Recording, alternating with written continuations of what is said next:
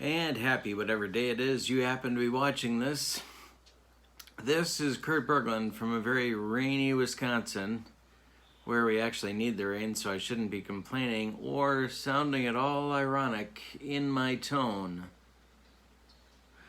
This is Kurt Berglund with an unboxing video of Replay Baseball. I'm going to take you through the game components, what you get when it's shipped to you, what the cards look like, what you can get from the website, and what you can expect in a shipment of Replay Baseball.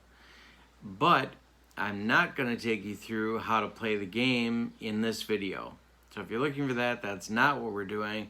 You're going to see everything but that, because this is going to take a few minutes to unpack. Before we do that, I want to thank all of you who have sent me such wonderful notes about my return to YouTube, and I want to thank you so much for your support and your interest in my channel and your support for what I'm trying to do for our hobby, which we got to help each other, and so that's what I'm trying to do.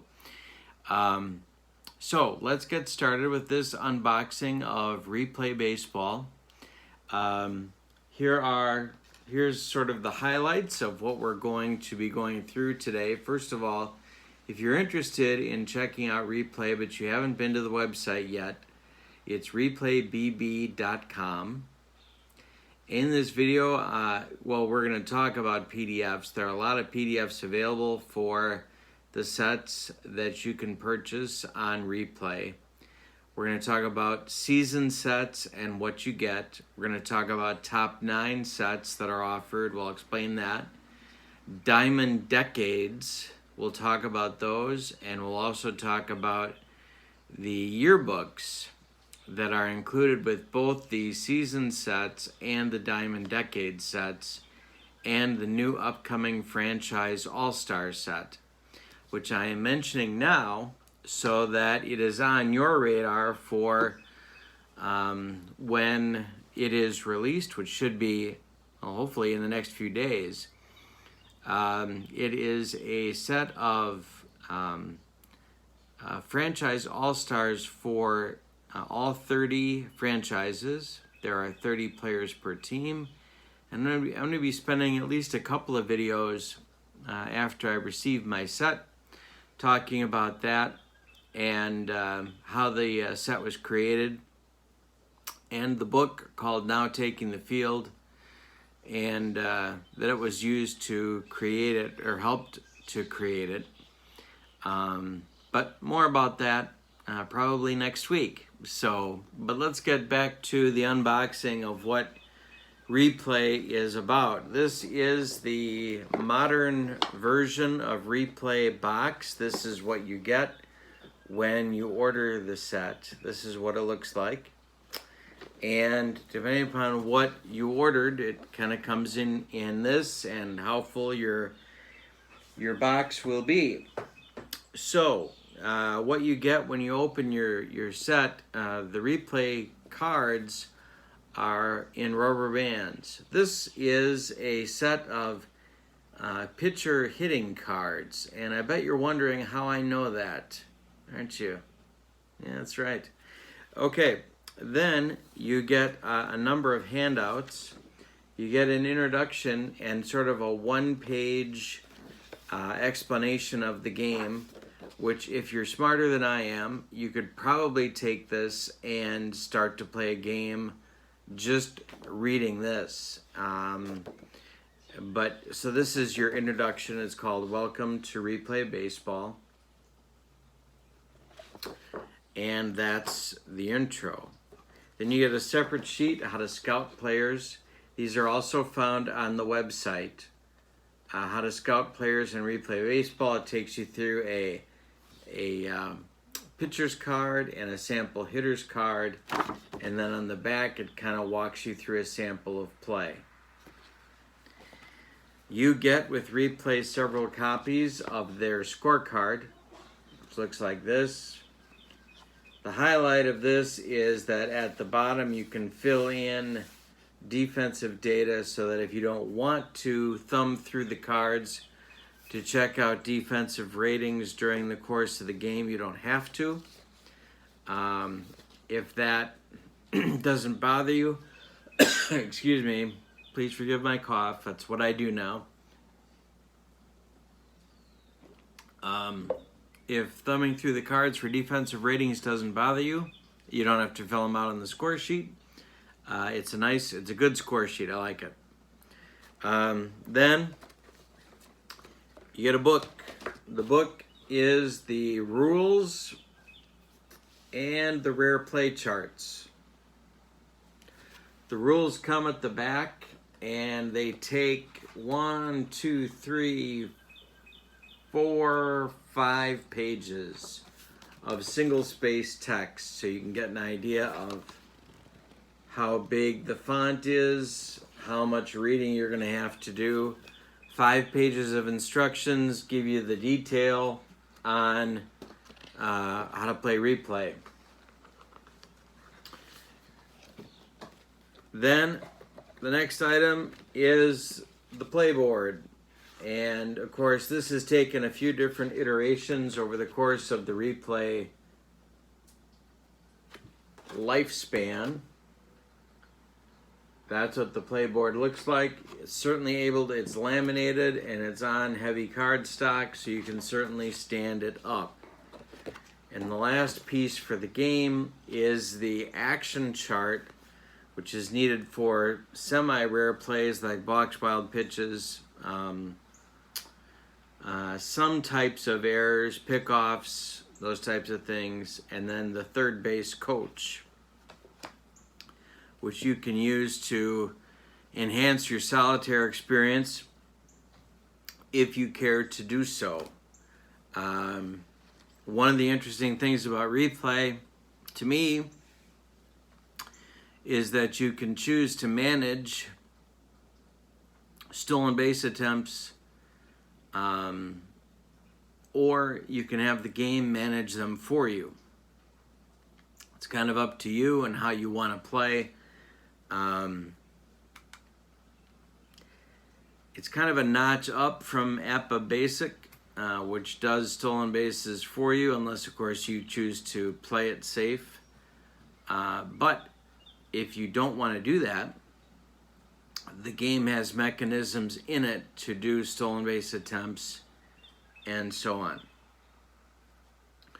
Replay Baseball also offers fast action cards. Actually, I should have them like this. This is how you would have them.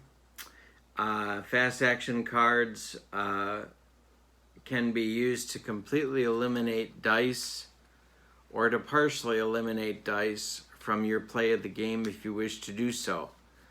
I haven't tried these yet personally, but I will be bringing you up to speed on how that goes once I do.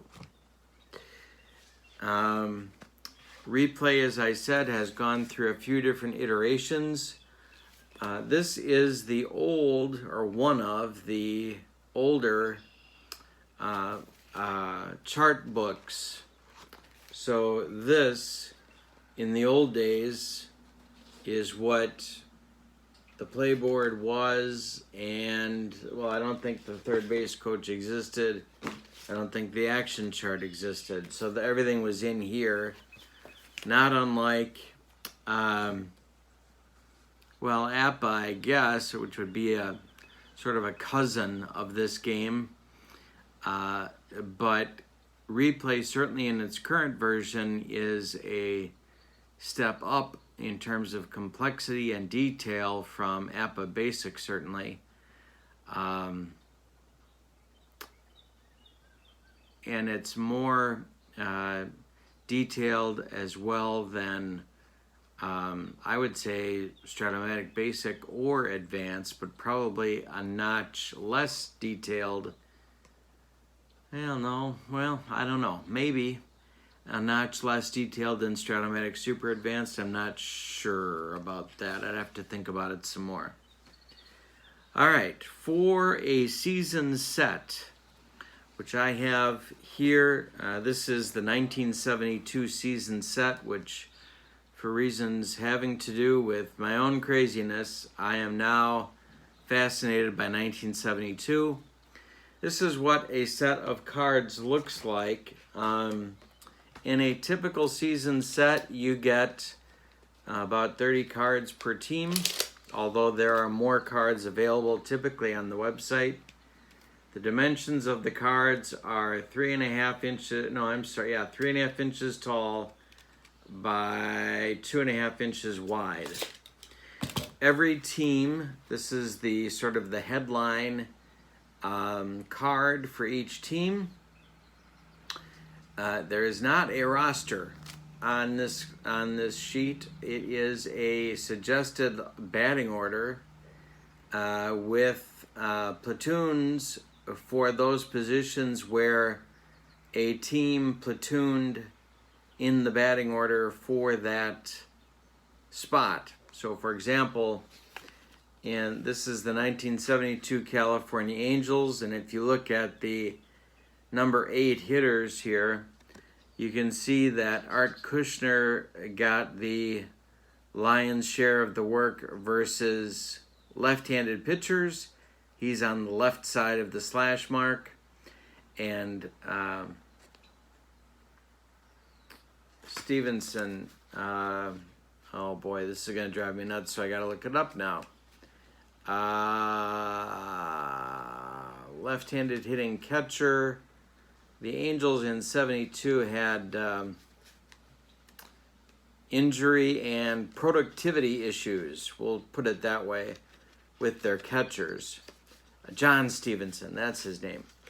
So it gives you Stevenson versus right-handed pitchers. He's on the right side of the slash in the 8th spot, and Art Kushner against left-handed pitchers, although of course that wasn't set in stone. So you have a starting lineup for each team, and it's on its own card to get the familiarity with the team going.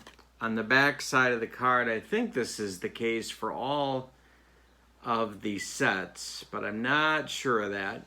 The stats, the basic stats for the hitters and the pitchers are included on the back of the lineup card. So here you do get a roster of players with the stats, but on the front you get the sample batting order. The next thing you get in the card set for the team is a ballpark chart. Now this ballpark card, this varies, excuse me, this varies a little bit with each set, depending upon how modern it is. If you're playing the advanced version with all the bells and whistles for replay, you will need this card. You don't have to do that, and probably you won't start out playing replay by using this card, but you might. It involves both ballpark home runs, but also ballpark hits, and then ballpark foul outs. You will get, from looking at this card and playing a few games of replay, you will get a real sense of whether the park that you are using was or is a hitter's park or a pitcher's park very, very quickly after you get used to what the numbers mean and stand for. So, if you page through the cards, you get a concept here of kind of what they look like. In some sets, some of the pitchers have individual hitting cards. In other sets, they do not. None of them do. This one is what you use if your pitcher that is coming to the plate does not have an individual hitting card. There are 6 different generic hitting cards for pitchers in replay baseball. So approximately 30, but I think 30 is just about the magic number. players per team set. And that's what a season set looks like.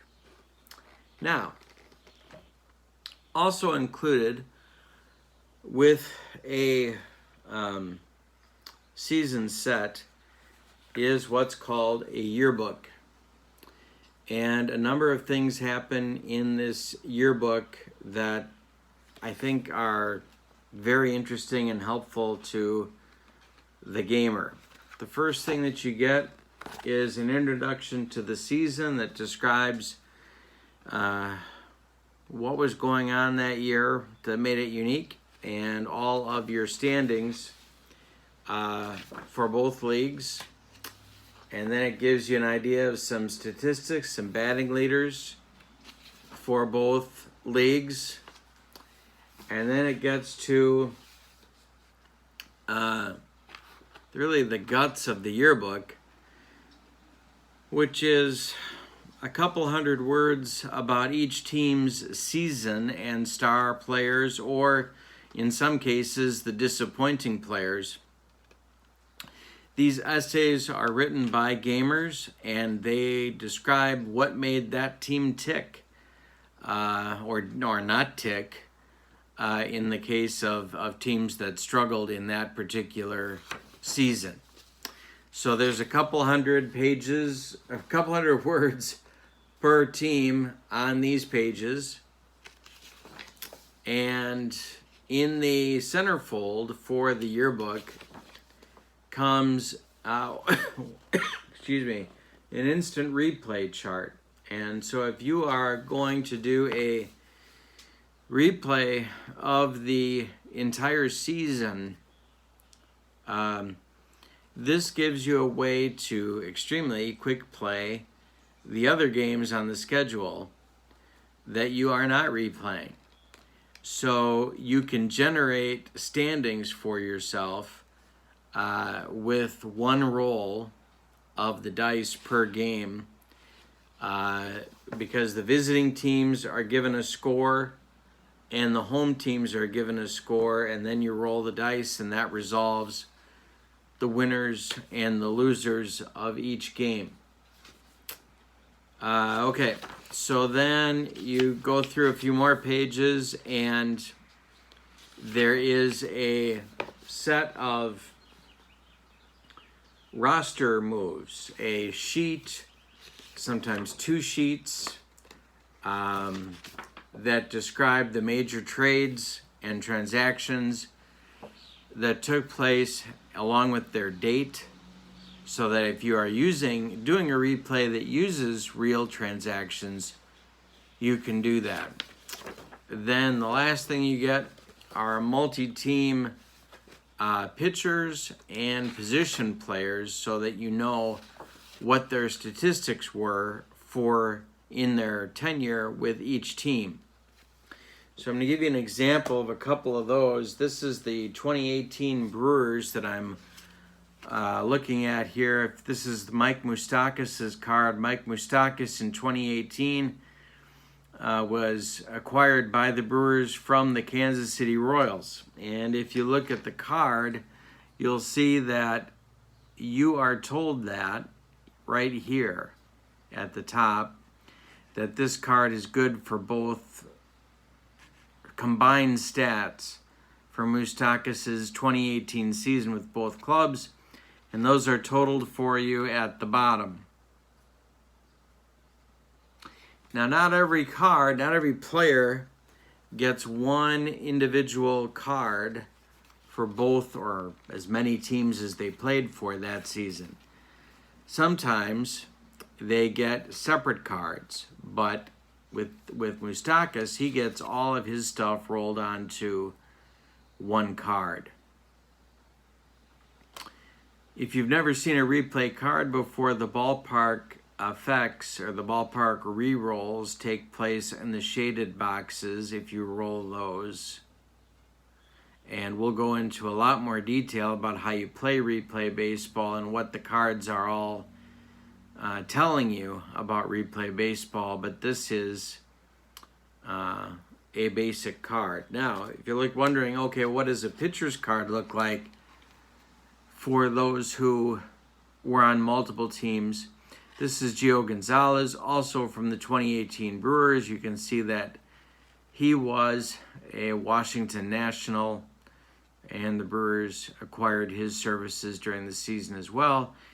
His stats for his tenure with both teams are combined at the bottom of this. And I will explain when the time comes what the shaded area means, but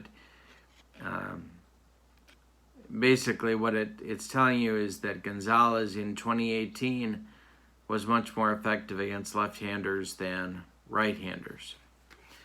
Okay, so those are the sets, the card sets for a season. What you get when you order the game in terms of game parts. I've walked you through a yearbook, and that's what the yearbooks are like and why they're useful. And I think, especially if you're a season replayer, that's amazingly useful stuff. Now, there are some variances, but before I get to those, most seasons get you one of these as well. And this means that when you get a season set, or any set, I believe, except for I don't think you get this in the top nines. You have to do some collation. There's a handful of cards in each set. You're told what team they start with and what team you need to move them to, and then what team that pitcher starts with and what team you need to move the pitcher to.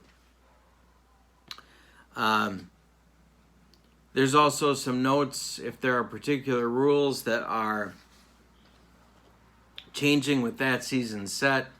You're told that as well. So this is also something you would find in a yearbook.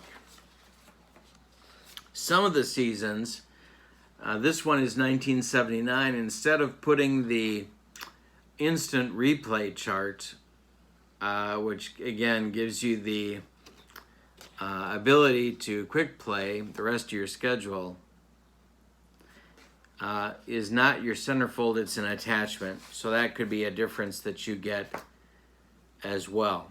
All right, if you order a top 9 set, we haven't talked about top 9s, but what's done, not for every season, but for those seasons that offer top 9s, you get the opportunity to, instead of purchasing the whole season, you get to buy the top 9 teams, which would be the final 4 in each league, plus one other team.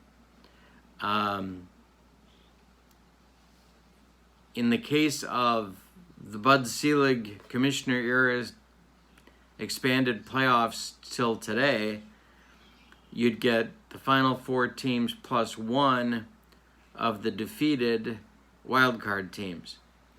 If it's an earlier season than that, typically what you're getting is 4 or 5 of the teams with the best records in their respective leagues. So you get a card with the top 9 set that looks like this.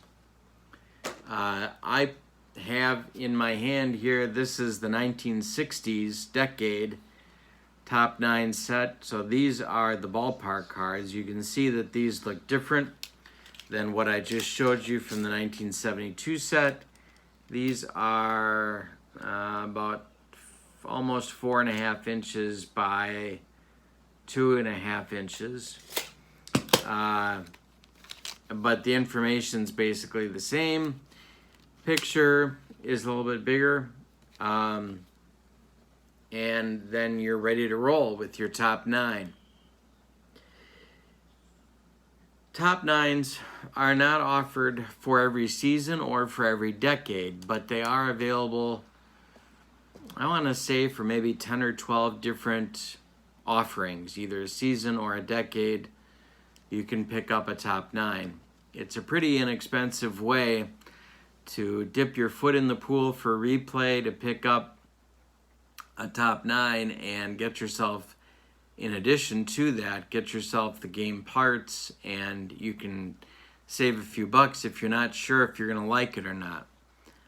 So that might be a way to do it. You can also buy the game parts plus, I think it's the 2019 World Series teams, and try out the game that way with just those 2 teams and see if you like it that way. If you, again, don't want to spend the full cost of a full season. All right.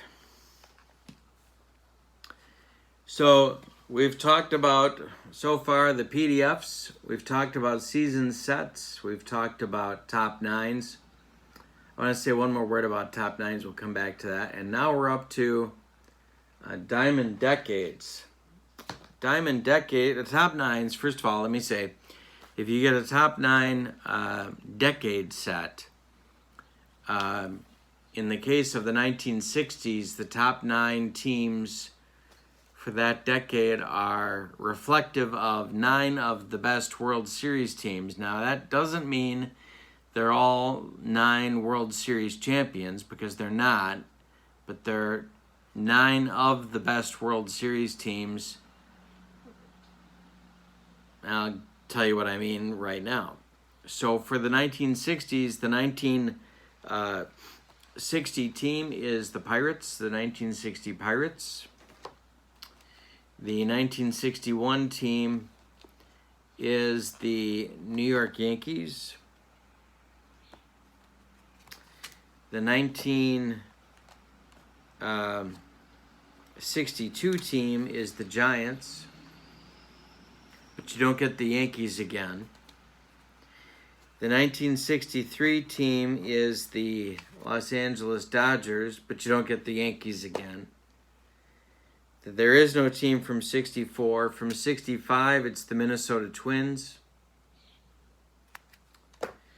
There is no 66 team. From 67, you get the St. Louis Cardinals.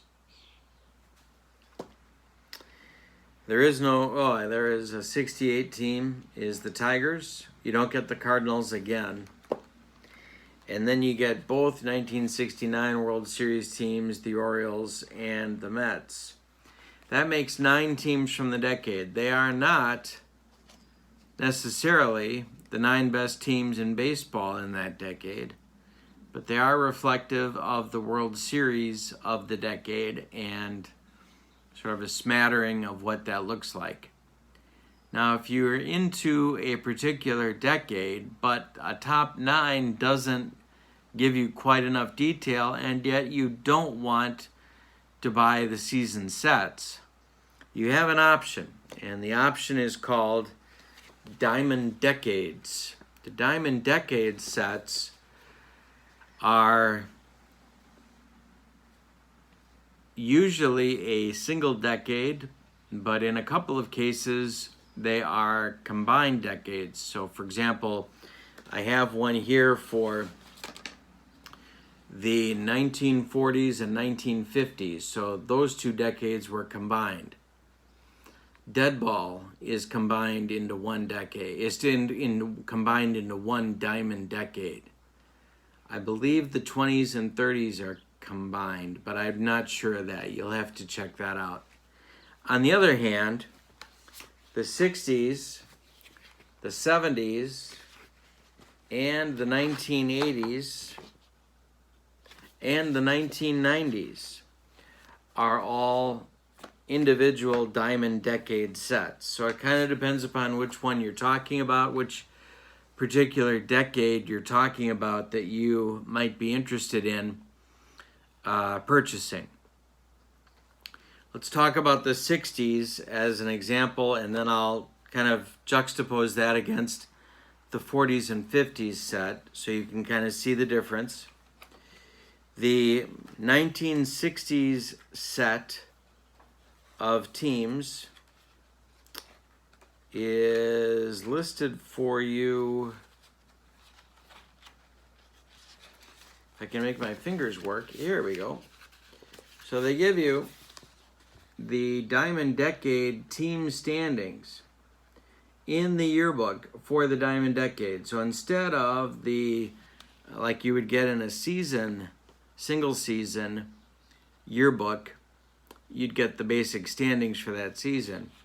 Here, you get the performance of each of the teams in the Diamond Decade set. You also get their winning percentage,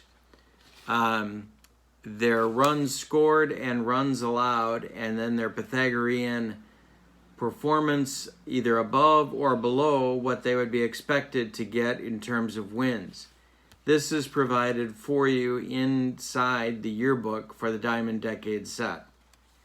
You can see in the case of the 1960s, these are the teams that you would get if you order the 60s Diamond Decade.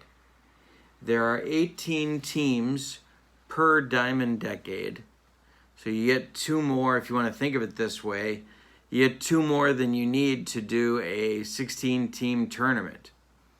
But you'd certainly have the ability to do more than a tournament if you wanted to do so, because not only do you get the standings for the teams that are involved, but you also get the batting leaders, as if all of these teams competed against each other in an individual season.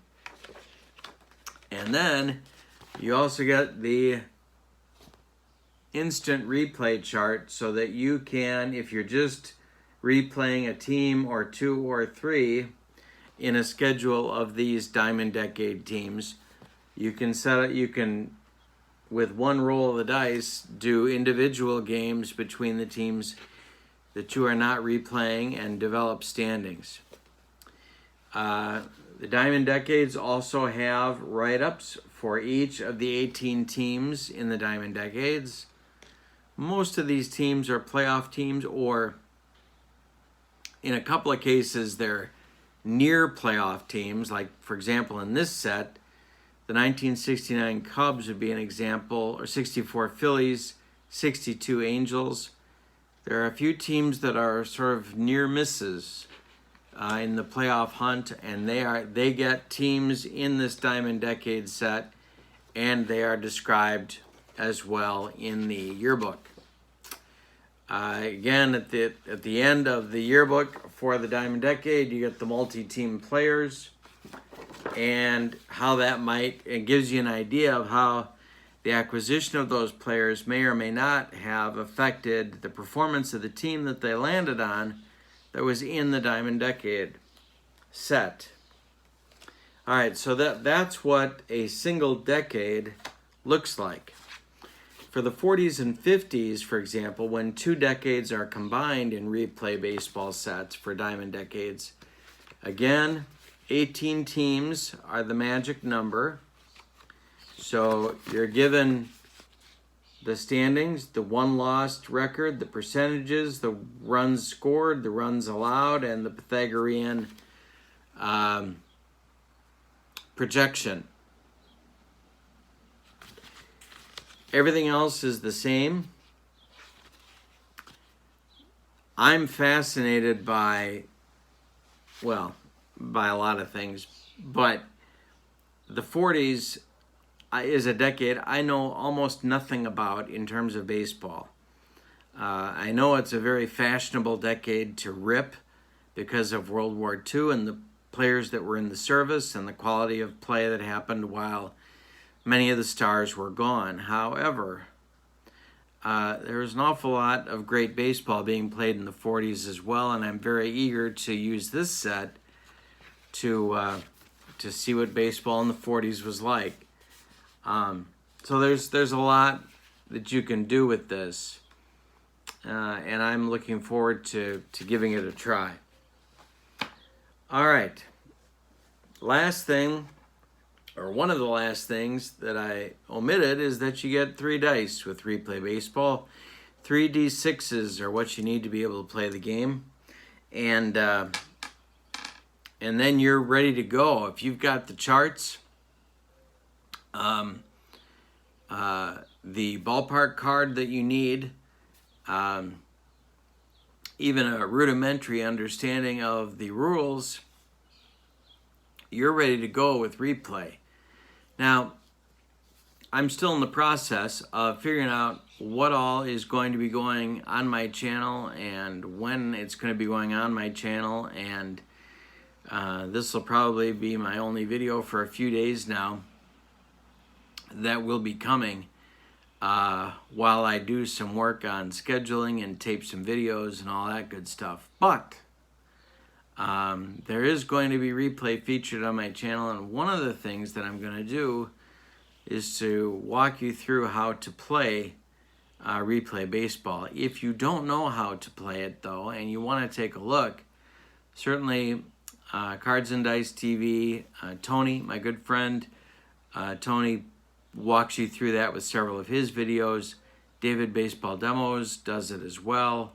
And Earl Shamblin on Tabletop Baseball Plus has also got some very helpful videos on replay as well. And one of the things that Earl did that I really appreciate is that he streamed a video of himself learning the game and asking people that were live in his chat what he was doing wrong or if he had a question. And I thought that was really helpful because that kind of puts the viewer in the point of view of learning with him. And I learned a great deal from just watching that video. So my hat's off to Earl for that one. It's not a real recent video, but it's a really good one if you want to learn how to play replay or what playing replay is like. Oh, one more thing. If you order the Diamond Decades for the 1980s, it isn't in the format of one of these handbooks. These are on 8.5 by 11 sheets of paper, but the material that you get is the same. You get the information about the statistics, you get the breakdown of the teams in the set, and you get the write-ups of each team to give you some familiarity in case you are not familiar with all of the teams that are involved with that set. So, the Diamond Decades, the top nines are separate from the Diamond Decades. Top nines are the 9 best teams in that particular era or season. Not universally purchasable for all of the seasons, but they're there for you for some of them. And the Diamond Decades give you 18 teams from that particular time period. One other thing about replay, people often ask, well, are all the seasons available? Can I get any season? And I'm often puzzled by that because I don't know very many people. There are a few, but I don't know very many people that buy all the seasons for any game. And so I don't know, like, maybe this is just me, but when I hear someone say, well, I'm not buying a game if all of the seasons aren't available. Well, if you're not going to buy all of the seasons, why do you care? I don't know. Maybe it's just me. It's kind of like the same thing about as-played starting lineups. I'm doing an as-played replay, and if I can't do an as-played replay, my head's going to explode. Well, okay. Congratulations. We'll scrape up the gray matter off of the paint on the walls, but your head's going to explode. So, all of the seasons for replay are not available. You can't get every single season, but you can get an awful lot of them. And these Diamond Decade sets are fantastic as well. I do have single season sets of replay for 72 and 79, and they're great as well. So, but we'll get a lot more into this and get a project or two going and explain how to do replay if you don't know in the days and weeks to come. So this is it for me for probably a few days before you'll see another video from me. Thank you so much for joining me and subscribing and sharing. If you have project ideas from what you've seen me show, the 72 season, the 79 season, Diamond Decades 40s, 50s, 60s, 70s, and 80s are all here on my tabletop. And top 9s from 2016 and 2018. All of those are here and ready for a project. So if you've got project ideas for me to put on the channel, please put it in the comments below. I'd love to know what you'd like to see as far as replay goes on my channel. More information about what else I'm going to be doing on my channel is going to be coming up. But until we see each other again, thank you so much for joining me. My name is Kurt Berglund. Don't forget to click like and subscribe and share this video wherever you can. Spread the word. I appreciate it very much. Thank you again and again. Thank you for all of the welcome backs that I'm receiving. It's really touching to me that so many of you give a damn. Thank you for appreciating the work that I'm trying to do for the hobby. Thank you, and we will see you soon. So long, everybody.